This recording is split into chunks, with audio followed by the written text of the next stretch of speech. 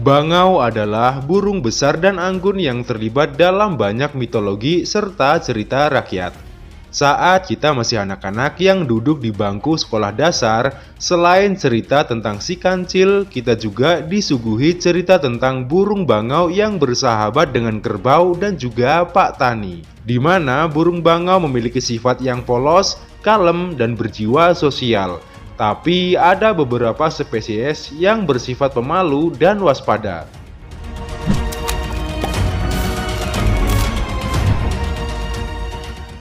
Meskipun bangau merupakan burung yang mengesankan, namun beberapa menduga bahwa bangau tidak sepolos kelihatannya. Bahkan, beberapa orang telah diyakinkan bahwa bangau membunuh anak-anaknya sendiri.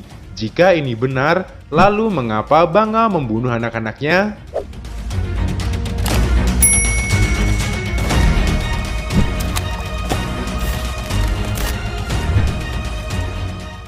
Faktanya, dari 20 spesies bangau yang masih hidup dalam 6 genus, tidak semua bangau adalah pembunuh bagi anak-anaknya. Setidaknya dari 20 spesies tersebut, hanya 2 bangau yang diketahui paling sering membunuh anak-anaknya, yaitu bangau putih dengan nama ilmiah Ciconia ciconia dan bangau hitam dengan nama ilmiah Ciconia nigra.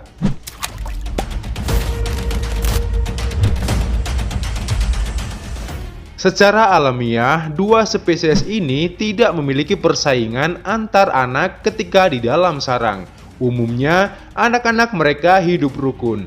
Hal ini sangat berbeda dengan anak-anak bangau dari spesies lainnya, yaitu terjadi persaingan sengit antar anak di dalam sarang sehingga terjadi tindakan saling membunuh antar anak. Mungkin kita akan sering menjumpai di berbagai video yang memperlihatkan bangau putih maupun bangau hitam membunuh dan membuang anak-anaknya. Memang terlihat kejam, tapi apa sebenarnya alasan bangau tersebut melakukan hal ini? Oke, mari kita simak bersama-sama.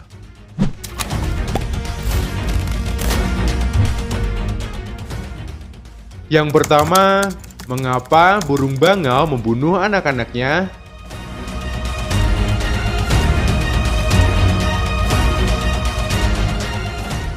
Baiklah, mari kita mulai dengan menetapkan bahwa bangau tidak membunuh anak-anaknya untuk tujuan jahat apapun. Membunuh anak-anaknya merupakan keputusan yang sulit bagi induk bangau, dan itu dilakukan demi kebaikan keluarganya. Jadi, induk bangau tidak selalu jahat. Tetapi kita masih belum memastikan mengapa mereka membunuh anak-anaknya. Induk bangau hanya membunuh anak-anaknya saat kekurangan makanan. Dalam kasus seperti itu, mungkin perlu untuk membunuh anak-anaknya sehingga anak-anak dan induk yang tersisa dapat diberi lebih banyak makanan. Cara yang paling umum dilakukan induk bangau untuk membunuh anaknya adalah dengan menjatuhkannya keluar dari sarang. Selain cara tersebut, biasanya induk membunuh dengan memukul menggunakan paruhnya.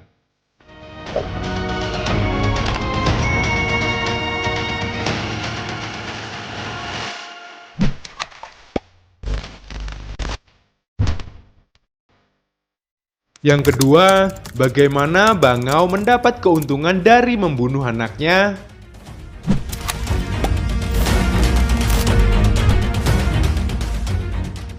Membunuh anaknya adalah tindakan yang tidak dibenarkan. Situasi semacam ini sulit dibayangkan bagi kita. Faktanya, dengan membunuh satu anak, maka satu mulut akan berkurang melahap makanan yang dibawa induknya ke dalam sarang.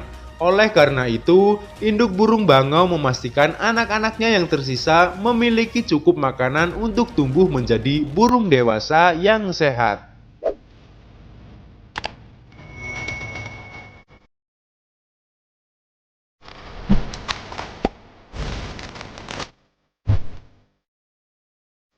Dan yang ketiga, bagaimana burung bangau memutuskan anak mana yang akan dibunuh?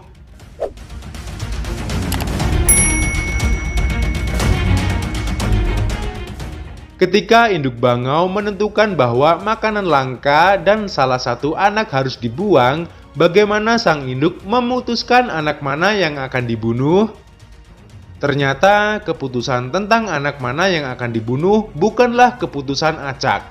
Tidak, rata-rata induk bangau akan selalu memutuskan untuk membunuh anaknya yang paling kecil dan paling lemah.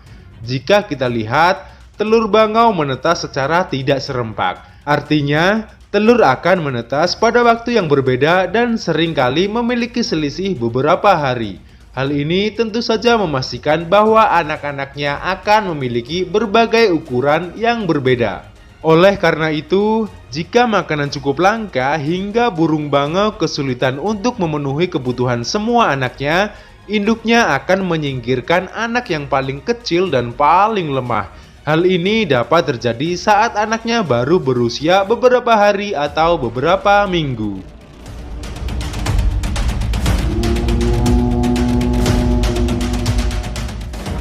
Dari 3 hal yang admin sampaikan, sebenarnya ada banyak alasan dalam kasus ini. Namun, itulah alasan mendasar mengapa bangau membunuh anaknya.